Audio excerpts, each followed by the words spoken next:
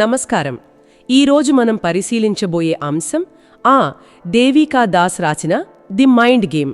నమస్కారం. ఇందులో ఒక చాలా విచిత్రమైన సమస్య గురించి మనం లోతుగా చర్చిద్దాం. అంటే మనం ఎంతో కష్టపడి విజయం సాధిస్తాం, ప్రమోషన్లొస్తాయి, అనుకున్నది దక్కుతుంది. అవును. అయినా సరే లోపల ఏదో తెలియని వెలితి, ఒక అశాంతి. దీనికి కారణం బయట కాదట, మన లోపలే ఉందట. మన మనసే మనతో ఒక ఆట ఆడుతోందని ఈ పుస్తకం చెబుతుంది. ఇంతకీ ఏమిటా ఆట? మీరు చెప్పింది చాలా నిజం. ఈ సమస్య దాదాపు ప్రతి ఒక్కరూ ఎప్పుడో ఒకప్పుడు ఎదుర్కొనేది. కరెక్ట్. బయటకు అంతా బాగానే ఉన్నట్టు కనిపిస్తుంది, కానీ లోపల మన ఆలోచనలతో మనం రోజూ ఒక యుద్ధం చేస్తూనే ఉంటాం. నిరంతరం ఆలోచించడం, మనల్ని మనం తక్కువ చేసుకోవడం, భవిష్యత్తు గురించి భయపడటం. సరిగ్గా ఇవన్నీ ఆ యుద్ధంలో భాగాలే. ఈరోజు మనం ఈ అంతర్గత యుద్ధం స్వరూపమేంటో అర్థం చేసుకోవడమే కాదు, ఆ ఆట నియమాలు తెలుసుకుని దాన్ని ఎలా గెలవాలో కూడా చర్చిద్దాం. ఈ పుస్తకంలో ఒక ఆసక్తికరమైన పోలిక వాడారు, మనసు ఒక గేమ్ బోర్డ్ అని. దాని అర్థమేమిటి అంటే ఆ ఆట ఎలా ఉంటుంది? ఇలా ఊహించుకోండి, మన మనసు ఒక చదరంగం బోర్డు లాంటిది. ఓకే. దానిమీద మన ఆలోచనలే పావులు. కొన్ని మంచి పావులుంటాయి, కొన్ని చెడ్డవి. అయితే ఈ ఆటలో మనకు తెలియకుండానే కొన్ని చాలా శక్తివంతమైన విలన్లు కూడా ఉంటారు. విలన్లా? అవును. అవే భయం, అహంకారం, అసూయ. ఇంకా అందరికన్నా ప్రమాదకరమైనది ఇతరులతో మనల్ని మనం పోల్చుకోవడం. ఈ విలన్లు మన ఆలోచనల్నే పావులుగా వాడుకొని మనల్ని ఓడించడానికి ప్రయత్నిస్తాయన్నమాట. అంటే మన ప్రమేయం లేకుండానే మన మనసులో ఈ ఆట జరిగిపోతూ ఉంటుందన్నమాట. ఒక్కోసారి ఉదయాన్నే ఎంతో ఉత్సాహంగా నిద్రలేస్తాం, కానీ అవును, ఎవరో అన్న ఒక చిన్న మాట లేదా మనకొచ్చిన ఒక నెగటివ్ థాట్ మన రోజంతా పాడు చేస్తుంది. బయట ఏమీ మారదు, కానీ లోపల ప్రపంచం తలకిందులవుతుంది. ఈ ఆటే కారణమా దానికి? ఖచ్చితంగా. ఇందులో ఒక ఆసక్తికరమైన విషయం ఏంటంటే, బయటి ప్రపంచంలో జరిగే సంఘటనల కన్నా వాటికి మన మనస్సు ఎలా రియాక్ట్ అవుతుంది అనేదే మన ఫీలింగ్ను డిసైడ్ చేస్తుంది. ఉదాహరణకు ట్రాఫిక్లో ఇరుక్కుపోవడం అనేది ఒక వాస్తవం. కానీ దాని గురించి మనం నా రోజే ఇంత అని చిరాకు పడతామా, లేక సరే ఈ టైంలో ఒక పాట విందాం అని ప్రశాంతంగా ఉంటామా అనేది అది పూర్తిగా మన చేతుల్లో ఉంటుంది. అంటే మన మైండ్ గేమ్లో మనం ఏ పావును కదుపుతున్నామనే దానిపై ఆధారపడి ఉంటుందన్నమాట. ఎగ్జాక్ట్లీ. ఈ ఆట ఈ మధ్యకాలంలో మరింత కాంప్లికేటెడ్ అయినట్టు అనిపిస్తోంది, ముఖ్యంగా సోషల్ మీడియా వచ్చాక. ఇతరుల విజయాలను, వాళ్ళ హ్యాపీ లైఫ్స్ను చూసినప్పుడు తెలియకుండానే మన ఆటలో పోలిక అనే విలన్ చాలా పవర్ఫుల్ అయిపోతున్నాడు కదా. అవును. సోషల్ మీడియా ఈ మైండ్ గేమ్లో ఒక చీట్ కోడ్ లాంటిది. చీట్ కోడా? అవును. అది మన విలన్లకు, అంటే అహంకారానికి, పోలికకు అదనపు బలాన్నిస్తుంది. ఇతరుల జీవితాల్లోని హైలైట్స్ చూసి మన జీవితంలోని తెరవెనుక కష్టాలతో పోల్చుకుంటాం. లైకులు, కామెంట్లు, షేర్ల రూపంలో బయటివారి ఆమోదం కోసం వెతుకుతాం. ఇది చాలా ప్రమాదకరమైన ఉచ్చు. అంటే మన ఆత్మగౌరవాన్ని, మన సంతోషాన్ని వేరే వాళ్ళ చేతుల్లో పెట్టేస్తున్నాం. కరెక్ట్. మన విలువను మనమే నిర్ణయించుకోకుండా ఇతరులిచ్చే స్కోర్ బోర్డు మీద ఆధారపడుతున్నామన్నమాట. దీనివల్ల చాలామంది ఆన్లైన్లో ఎంతో ఆనందంగా కనిపిస్తున్నా నిజ జీవితంలో ఒంటరితనంతో, ఆందోళనతో బాధపడుతున్నారు.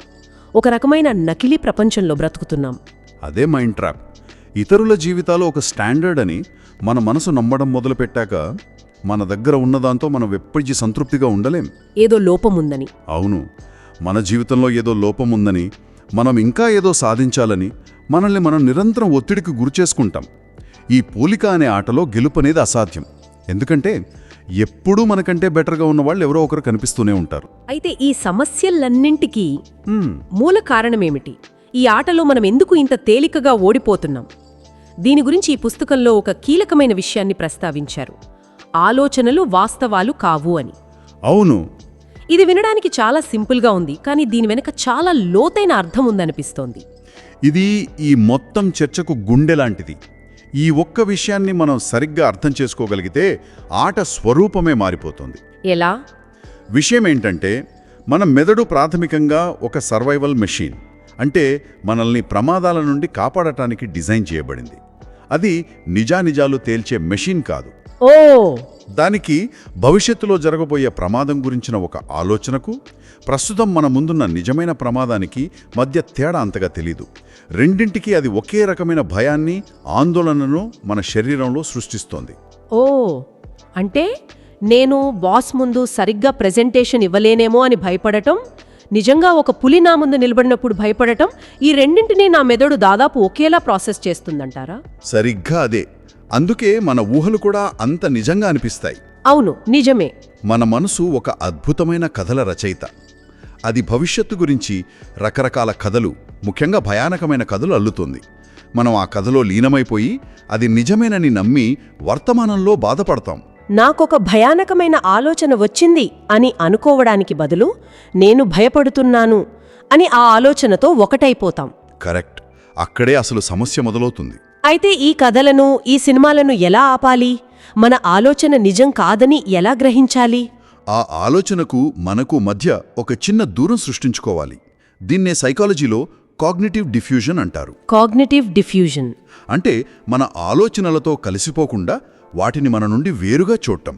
ఉదాహరణకు, నేను పనికిరాని వాణ్ణి అనే ఆలోచన వచ్చినప్పుడు దాన్ని గుడ్డిగా నమ్మేకుండా నా మనసులో ఇప్పుడు నేను పనికిరాని వాడిని అనే ఆలోచన ఒకటి వచ్చింది అని గమనించడం. అలాగా. ఈ చిన్న మార్పు ఆ ఆలోచన శక్తిని సగానికి పైగా తగ్గించేస్తుంది. అప్పుడు మనం కథలో పాత్ర కాదు, కథను చూస్తున్న ప్రేక్షకుడవుతాం. ఇది చాలా ఆసక్తికరంగా ఉంది, ఆలోచనలను గమనించడం. కానీ ఆచరణలో ఈ మైండ్ గేమ్లో గెలవడానికి, అంటే మన ఆలోచనలను మన అదుపులోకి తెచ్చుకోవడానికి ఇంకా నిర్దిష్టమైన వ్యూహాలేమైనా ఉన్నాయా? ఉన్నాయి. చాలా శక్తివంతమైన వ్యూహాలున్నాయి. మొదటిది మరియు అతి ముఖ్యమైనది, మన ఆలోచనలతో పోరాడకూడదు. పోరాడకూడదా? కూడదు. వాటిని కేవలం గమనించాలి. ఒక చెడ్డ ఆలోచన వచ్చినప్పుడు మనం దాన్ని అణచివేయడానికి లేదా దానితో వాదించడానికి ప్రయత్నిస్తాం. అయ్యో, ఇలాంటి ఆలోచన రాకూడదనుకుంటాం. కానీ అలా చేసిన కొద్దీ అది మరింత బలపడుతుంది. నిజమే. ఇది బురదలో కూరుకుపోయినప్పుడు బయటకు రావడానికి ఎంత గింజుకుంటే అంత లోపలికి వెళ్ళినట్టుంటుంది. సరిగ్గా అదే పోలిక. మరి అలాగని ఆ ఆలోచనలను అలా వదిలేస్తే అవే మనల్ని తినేస్తాయి కదా? ఏం చేయాలి? వాటితో పోరాడకుండా వాటిని తీర ప్రాంతంలో కూర్చుని సముద్రపు అలలను చూసినట్టుగా గమనించాలి. ఓకే. ఒక ప్రతికూల ఆలోచన ఒక పెద్ద అలలా వచ్చినప్పుడు దాన్ని ఆపడానికి ప్రయత్నించకుండా, ఓకే, ఒక ఆలోచన వచ్చింది అని గుర్తించి అది దానికదే వచ్చి ఎలా వెళ్ళిపోతుందో చూడాలి. ఏ ఆలోచన మన మనసులో పర్మనెంట్గా ఉండదు. అంటే ఈ గమనించే ప్రక్రియను సాధన చేయాలన్నమాట. అవును. సాధన చేసిన కొద్దీ ఆలోచనల మీద మనకు పట్టు దొరుకుతుంది. అప్పుడు అవే మనల్ని కంట్రోల్ చేయడం మానేస్తాయి. సరే, ఇది మొదటి వ్యూహం. ఇక రెండోది, ఈ పుస్తకంలో ప్రేరణ కన్నా క్రమశిక్షణే ముఖ్యమని గట్టిగా చెప్పబడింది. కానీ ఇది వినడానికి కొంచెం కష్టంగా ఉంది. మనకు మూడ్ లేనప్పుడు, ప్రేరణ లేనప్పుడు ఏదైనా పని చేయడం దాదాపు అసాధ్యం కదా? ఇది చాలామంది అడిగే ప్రశ్న. ఇక్కడే మనం ఆటను నెక్స్ట్ లెవెల్కు తీసుకెళ్ళాలి. ప్రేరణ అనేది ఒక ఫీలింగ్. అది వస్తూ పోతూ ఉంటుంది. అవును. దాని మీద ఆధారపడితే మనం ఎప్పుడూ స్థిరంగా ఉండలేం. కానీ క్రమశిక్షణ అనేది మన నిర్ణయం. క్రమశిక్షణ అనేది ఈ మైండ్ గేమ్లో మనం రోజు సాధన చేసి సంపాదించుకోవాల్సిన ఎక్స్పీరియన్స్ పాయింట్స్ లాంటిది. మొదట్లో చాలా కష్టంగా ఉన్నా చెయ్యగా మన మానసిక కండరాలు బలపడతాయి. ఒక ఉదాహరణ చెప్పగలరా? తప్పకుండా. వ్యాయామం చెయ్యాలని అనుకుంటాం. మనసు ఉత్సాహంగా ఉన్న రోజు సులభంగా చేసేస్తాం. కానీ నీరసంగా ఉన్న రోజు ఈరోజు వద్దులే, రేపు చేద్దాం అని వాయిదా వేస్తాం. ఇది ప్రేరణ మీద ఆధారపడటం. కరెక్ట్. అదే క్రమశిక్షణ ఉన్న వ్యక్తి అయితే, నాకు ఇప్పుడు చెయ్యాలని లేదు, కానీ ఇది నా ఆరోగ్యానికి అవసరం, కాబట్టి నేను 5 నిమిషాలైనా చేస్తాను అని నిర్ణయించుకుని చేస్తాడు.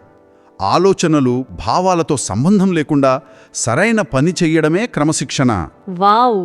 ఈ యొక్క అలవాటు మన మైండ్ గేమ్లో మనల్ని హీరోగా మారుస్తుంది. ఖచ్చితంగా.